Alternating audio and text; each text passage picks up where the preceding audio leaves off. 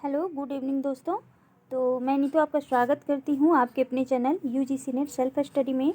और आज मैं एक फिर नया प्रैक्टिस सेट लेकर आई हूँ और बहुत ही महत्वपूर्ण प्रश्न है आपके आगामी एग्ज़ामों के लिए। तो चाहे वो आपका बीपीएससी टीआरई थर्ड हो, यूजीसी नेट हो या अन्य हिंदी क्षेत्र से होने वाले अन्य अदर एग्ज़ाम हो, तो जितने भी कॉम्पिटिटिव एग्ज़ाम होते हैं हिंदी क्षेत्र से, ये सभी के लिए महत्वपूर्ण है। तो ज़रूर से देखें। और यहाँ पर जो है एक प्रश्न के साथ हम 2-4 प्रश्न हल करते हैं साथ ही, क्योंकि डिफिनेशन पूरा उसका विथ सॉल्यूशन के साथ यहाँ पर मैं करा रही हूँ। तो एक प्रश्न के साथ आपका 4-5 प्रश्न ऑलरेडी यहाँ पे हल हो जा रहा है। तो इसे मात्र आप 30 प्रश्न ना समझें कि मात्र मैं 30 प्रश्न ही यहाँ पर आपको करा रही हूँ। 30 प्रश्न के अलावा आपका यहाँ पे 4-5 प्रश्न ऑलरेडी तैयार हो जा रहा है। तो बहुत ही महत्वपूर्ण सीरीज़ है, तो ज़रूर से जुड़ें। अगर आप नए हैं तो ज़रूर से चैनल को सब्सक्राइब कर लें, पहले बेल आइकन प्रेस कर लें ताकि हर नोटिफिकेशन आप तक पहुँचे। ठीक है, तो चलिए बिना विलम्ब के सीधे चलते हैं आज के प्रश्न के ऊपर। क्या कह रहा है आज का प्रश्न? तो पहला प्रश्न जो है क्या है कि संकर शब्द किसे कहते हैं? तो ये व्याकरण संबंधी प्रश्न हैं जितने भी हैं, और इसमें साहित्य के प्रश्न भी हैं। तो सभी प्रश्न यहाँ पर मैंने ऐड किया है, क्योंकि सिर्फ आपका साहित्य से नहीं पूछ रहा है, सिर्फ आपका व्याकरण संबंधित प्रश्न नहीं हो रहा है, दोनों है। तो कंबाइंड रूप से हम यहाँ पर साथ साथ कर रहे हैं दोनों को, ताकि माइंड सेट होता जाए और प्रैक्टिस भी अच्छे तरीके से यहाँ पर हो जाए साथ ही। ठीक है, चलिए तो पहले प्रश्न को देख लेते हैं कि संकर शब्द किसे कहते हैं। तो संकर जो शब्द है, दो भाषा के शब्दों से मिलकर जो बनता शब्द है उसे क्या कहते हैं? तो संकर शब्द कहते हैं। ठीक है, तो दो भाग के शब्दों से मिलकर एक नया जो शब्द बनता है, दोनों मिलकर जो बनता है, तो उसे संकर शब्द कहा जाता है। ठीक है, चलिए अगला देख लेते हैं कि सूत क्या है। सूत शब्द को स्त्रीवाचक बनाने के लिए किस प्रत्यय का प्रयोग होगा? तो इस तरह के प्रश्न आप टीआरई 1 टीआरई 2 दोनों में देख सकते हैं। तो उसी तरह से मैंने यहाँ पे प्रश्न लिया हुआ है। तो सूत शब्द को स्त्रीवाचक बनाने के लिए किस प्रत्यय का प्रयोग होगा? तो आ प्रत्यय का प्रयोग होगा। ठीक है, आ। तो देखिए यहाँ पर सूत शब्द का स्त्रीवाचक बनाने के लिए आप प्रत्यय का प्रयोग होता है। सूत का स्त्रीवाचक सूता होता है। आप प्रत्यय से बने शब्द घाटा, घेरा, छापा, गुजारा, चढ़ा, रखा, कहा, कोड़ा, झोंका, धरका, डेरा, और ई प्रत्यय से बने शब्द चढ़ाई, लड़ाई, बड़ाई, पढ़ाई, लिखाई, हंसी, बोली, धमकी, घुड़ई, झिरकी, सिसकी, और इक प्रत्यय से बने शब्द हैं कार्मिक, धार्मिक, तार्किक, कारुणिक, सांप्रदायिक, पार्श्विक, और ई प्रत्यय से बने शब्द हैं पठनीय और पाणिनीय और पठनीय, राष्ट्रीय। तो ये कुछ शब्द हैं जो मैंने यहाँ पर रखे हैं, क्योंकि समझ में आए आपको। तो इसी तरह से प्रश्न पूछे जा रहे हैं, तो इसलिए मैंने इस तरह के प्रश्न रखे हैं। चलिए अगला प्रश्न है कि नाक का बाल होना, क्योंकि मुहावरा भी पूछा जा रहा है साथ ही, चाहे वो आपका 30 प्रश्न का आहर्ता वाला में सेक्शन में हो या फिर आपका 80 नंबर का हो, तो जो मुहावरा है वो पूछा जा रहा है। तो इसीलिए मैंने सारा चीज़ यहाँ पर ऐड किया है, कंबाइंड रूप से मैं करा रही हूँ। तो इस दृष्टि से काफ़ी महत्वपूर्ण है इस वीडियो में देखना है प्रश्न को। तो नाक का बाल होना क्या होता है? कष्ट देना, अधिक समीप होना, या अधिक प्रिय होना, या पालतू होना। तो ये होता है नाक का बाल होना। तो नाक का बाल होना यानी कि अधिक प्रिय होना। तो मुहावरे का अर्थ यही है, अधिक प्रिय होना, तो ध्यान रखना है। अश्व का पर्यायवाची शब्द निम्नलिखित में से कौन सा नहीं है? यहाँ पर नहीं पूछा गया है, तो ध्यान रखना है कौन सा नहीं है। तो कटक यहाँ पर नहीं होगा, बाकी घोटक, घोड़ा और हे मीन्स घोड़ा ही होता है। तो कटक अश्व का पर्यायवाचक नहीं है। अश्व के पर्यायवाचक हैं घोड़ा, घोटक है, बाजी, तुरंग, रवि, श्रुत तथा सेंधो, ये घोड़ा क्या पर्यायवाची शब्द है, ठीक है। चलिए अगला प्रश्न है, जो एक स्थान पर टिक नहीं सकता है, क्या है? जो एक स्थान पर टिक कर नहीं रहता है। जो एक स्थान पर टिक कर नहीं रहता है, वाक्य के लिए एक शब्द बताना है आपको, तो उसे यायावर कहते हैं। और यायावर रहेगा याद, आपने शायद सुना होगा।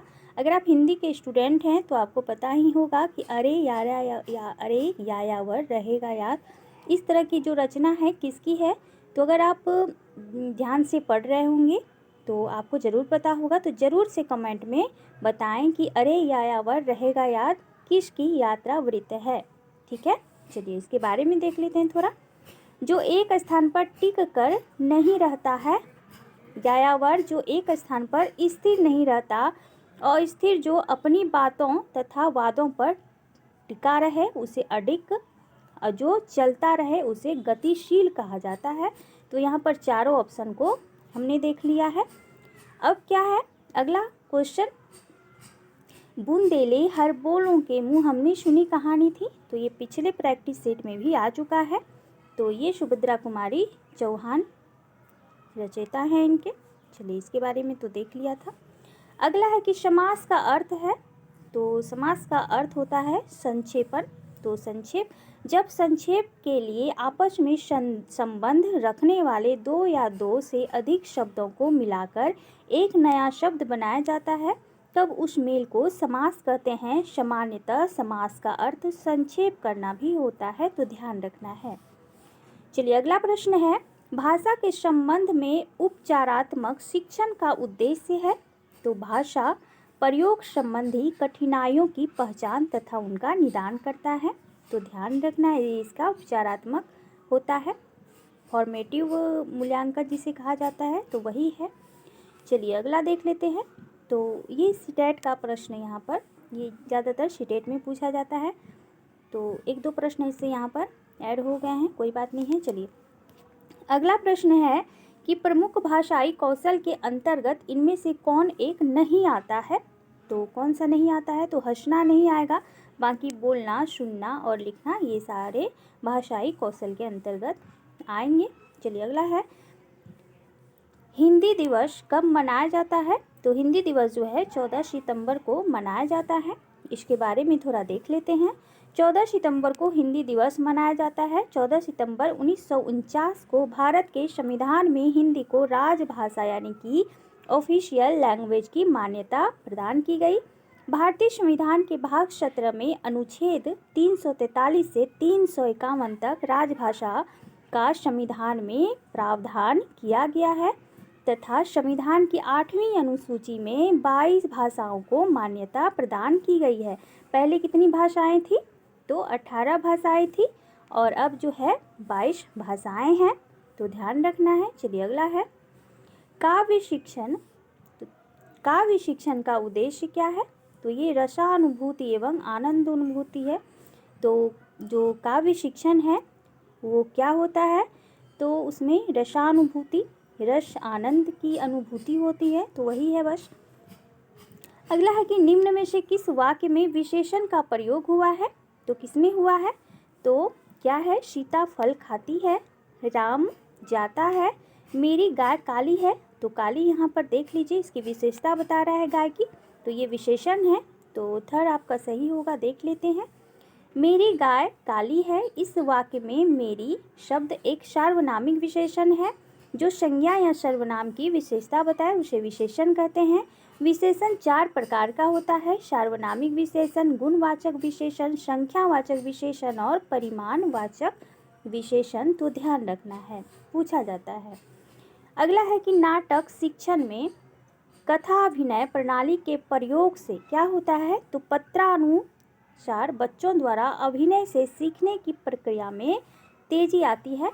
तो ये जो क्वेश्चन है ये प्रीवियस ईयर है और यहाँ पर सीटेट का है, क्योंकि हर बुक से यहाँ पर मैंने रखा है, तो ये सीटेट का प्रश्न है, PYQ है। तो चलिए अगला देख लेते हैं, निम्न शब्द में अधिकरण कारक का प्रयोग हुआ है, तो कहाँ पे हुआ है, तो यहाँ पे वावनारूढ़। तो जहाँ अधिकरण तत्पुरुष में कारक चिन्ह का लोप हो वहाँ पर अधिकरण तत्पुरुष समास होता है। इसका कारक चिन्ह में पर है यानी कि वाहन पर रूढ़ है तो अधिकरण तत्पुरुष समास। गंगा जल, गंगा का जल संबंध तत्पुरुष समास है। तो इस तरह के प्रश्न को थोड़ा सा ध्यान में रखना है क्योंकि पूछा जा रहा है इसी तरह से। आगे है कि किस रस को रसराज कहा जाता है, तो श्रृंगार रस को कहा जाता है। अधिकांश लोगों को पता होता है ये बात।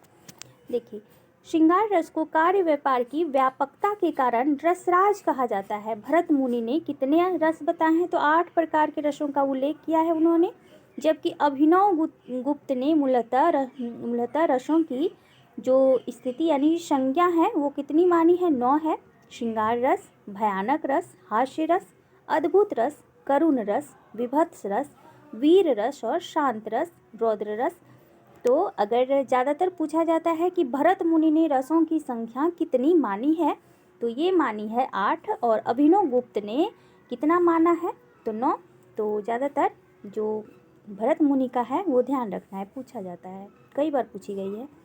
चलिए अगला है कि घनानंद को किस युग का कवि माना जाता है, तो ये रीतिकाल के कवि हैं, रीति मुक्त कवि हैं। देखिए यहाँ पर रीतिकाल के कवि हैं। घनानंद रीतिकाल की रीति मुक्त काव्य धारा के प्रमुख कवि माने जाते हैं। घनानंद का जन्म 1689 से 1739 ईस्वी तक ये वर्तमान रहे और बुलंदशहर यानी कि उत्तर प्रदेश में हुआ था। ये निम्बार्क संप्रदाय में, पूछा जाता है कि जो घनानंद हैं किस संप्रदाय से दीक्षित थे, तो ये निम्बार्क संप्रदाय से दीक्षित थे। इनकी प्रेयसी का नाम था सुजान। घनानंद मुगल बादशाह मोहम्मद शाह रंगीले के आश्रय यानी कि दरबारी कवि थे। घनानंद द्वारा रचित जो ग्रंथ है सुजान सागर है, इश्क लता है, विरह लीला है, वियोग केलवेली है, कोकसार है, कृपाकंद है, रस केलीवेली है और यमुना यश है। तो काफ़ी महत्वपूर्ण ये फैक्ट है यहाँ पे इनकी रचनाओं से संबंधित, तो ध्यान रखना है, पूछी जाएगी, ठीक है। चलिए अगला प्रश्न देखते हैं। तो अब बोलिए कि मैम आप 30 ही प्रश्न करा रही हैं, तो ऐसा नहीं है, आप देख सकते हैं यहाँ पर एक प्रश्न के साथ आपका कितना ही प्रश्न यहाँ पर मैंने एक साथ लाया है, क्योंकि एग्ज़ाम बहुत ही नज़दीक है और आपको ज़्यादा रिवीजन करना है। तो इतना ही अगर आप एक दिन में अपने दिमाग में रख पाते हैं तो ये बहुत बड़ी बात है। तो इसीलिए मैं नंबरिंग कम लाई हूँ प्रश्न का, लेकिन उसका जो विथ सॉल्यूशन जो करा रही हूँ वो बहुत ही महत्वपूर्ण है, तो ज़रूर से देखें अच्छे से।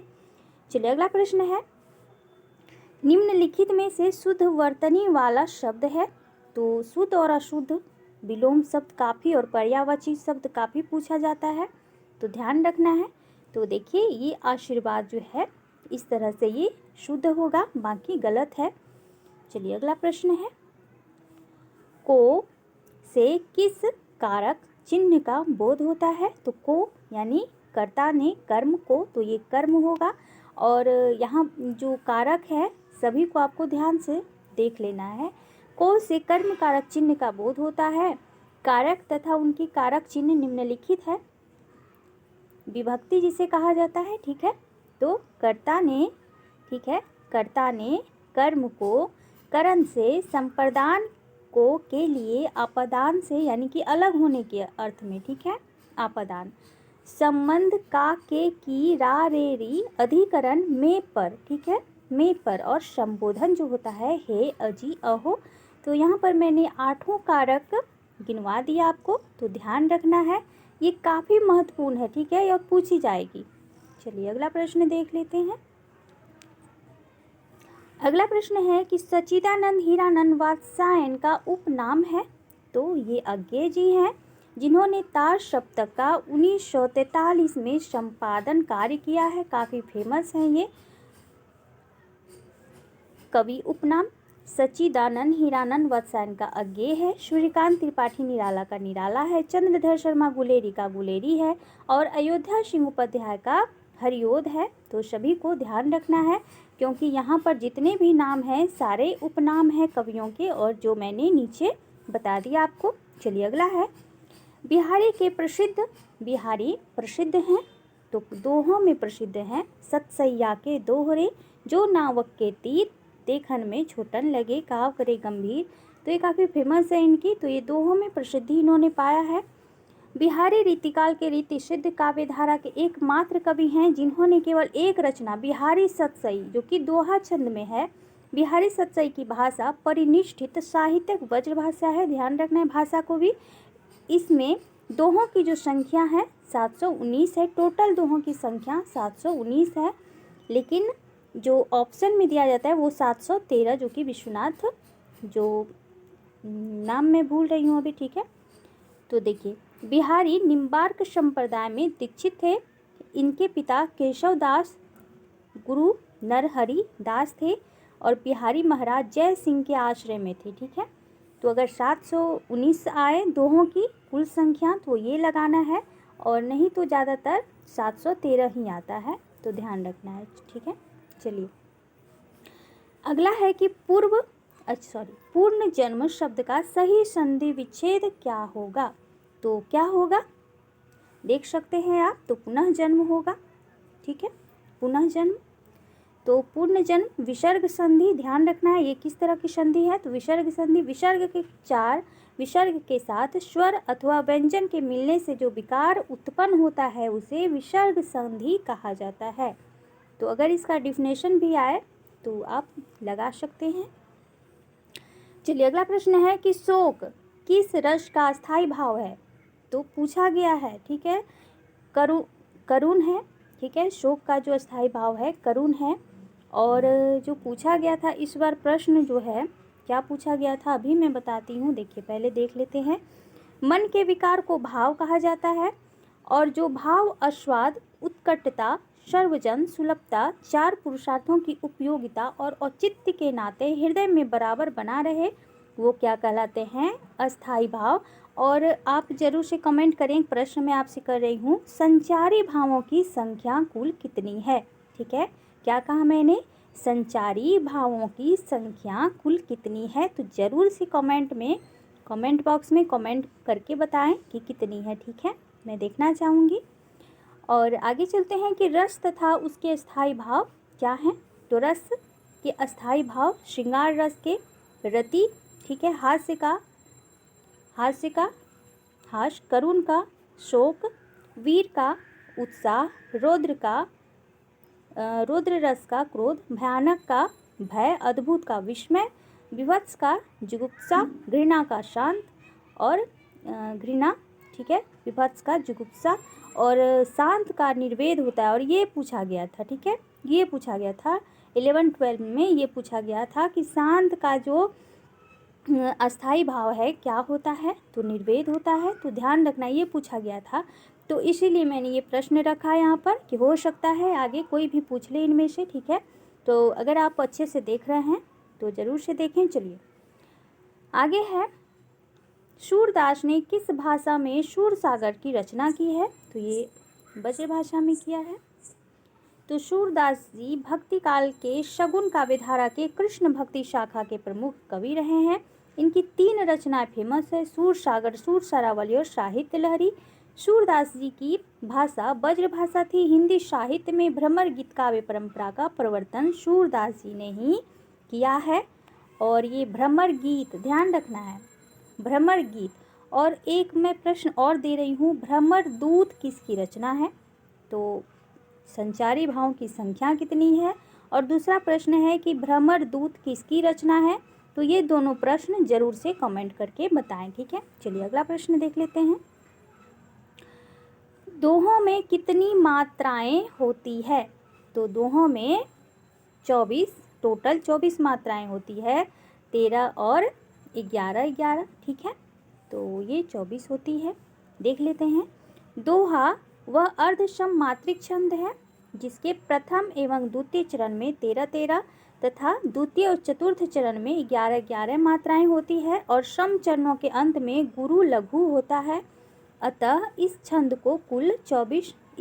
में कुल 24 मात्राएं होती है। रोला, दोहा, सोठा तथा रूपमाला में 24 मात्राएं, गीतिका में 26 मात्राएं, हरि गीतिका, उल्लाला तथा वीर में 28 मात्राएं होती है। तोटक छंद में 30 मात्राएं होती है। तो ध्यान रखना है सभी को, महत्वपूर्ण है छंदों से प्रश्न पूछे जाते हैं। अगला प्रश्न है कि जो अच्छे कुल में उत्पन्न हुआ हो एक शब्द समूह के, एक शब्द में आपको धरना है तो उसको क्या बोला जाता है, कुलीन कहा जाता है। कि जो अच्छे कुल में उत्पन्न हुआ हो उसे कुलीन कहेंगे। चलिए आगे है कि दाता शब्द का स्त्रीलिंग शब्द क्या होगा। तो ये भी प्रश्न PYQ है और बीपीएससी में पूछी गई है। तो दाता का जो होगा वो क्या होगा, तो दात्री होगा। ये दात्री ध्यान में रखना है, ठीक है। दात्री किस तरह से है, तो इस तरह से है। तो त्र यहाँ पे दिया गया है, तो दाता का स्त्रीलिंग जो रूप होगा वो दात्री होगा। चलिए अगला प्रश्न है कि लड़का पेड़ से गिरा, कहाँ से गिरा, तो पेड़ से गिरा। तो से यानी कि अपदान कारक होगा। तो कई बार ये सॉल्यूशन में बता चुकी हूँ, ठीक है। चलिए आगे है कि पापी में कौन सा विशेषण है, तो पापी गुणवाचक होगा, ठीक है। अच्छे बुरे गुण क्या होते हैं, ये विशेषण होते हैं। पापी गुणवाचक विशेषण है। जिस शब्द से संज्ञा का गुण, दशा, स्वभाव आदि लक्षित हो उसे गुणवाचक विशेषण कहते हैं। विशेषणों में इनकी सर्वाधिक संख्या है। काल, नया, पुराना, अगला, पिछला, भूत, भविष्य, स्थान में भीतरी, बाहरी, दायां, बायां, स्थानीय, देशीय, बंगाली, नेपाली, आकार, गोल, सुंदर, लंबा, सुंदर, सुडौल, चौकोर, नुकीला, सीधा, तिरछा, रंग, लाल, रंग में आ जाएगा लाल, पीला, हरा, सफ़ेद, सुनहला, चमकीला, फीका। दशा में आ जाएगा दुबला, पतला, मोटा, भारी, गीला, सूखा, गरीब, अमीर, पालतू, रोगी। गुण आ जाएगा भला, बुरा, उचित, अनुचित, सच्चा, झूठा, पापी, दानी, न्यायी, सीधा, शांत, दुष्ट। तो ये सारे विशेषण में आएंगे।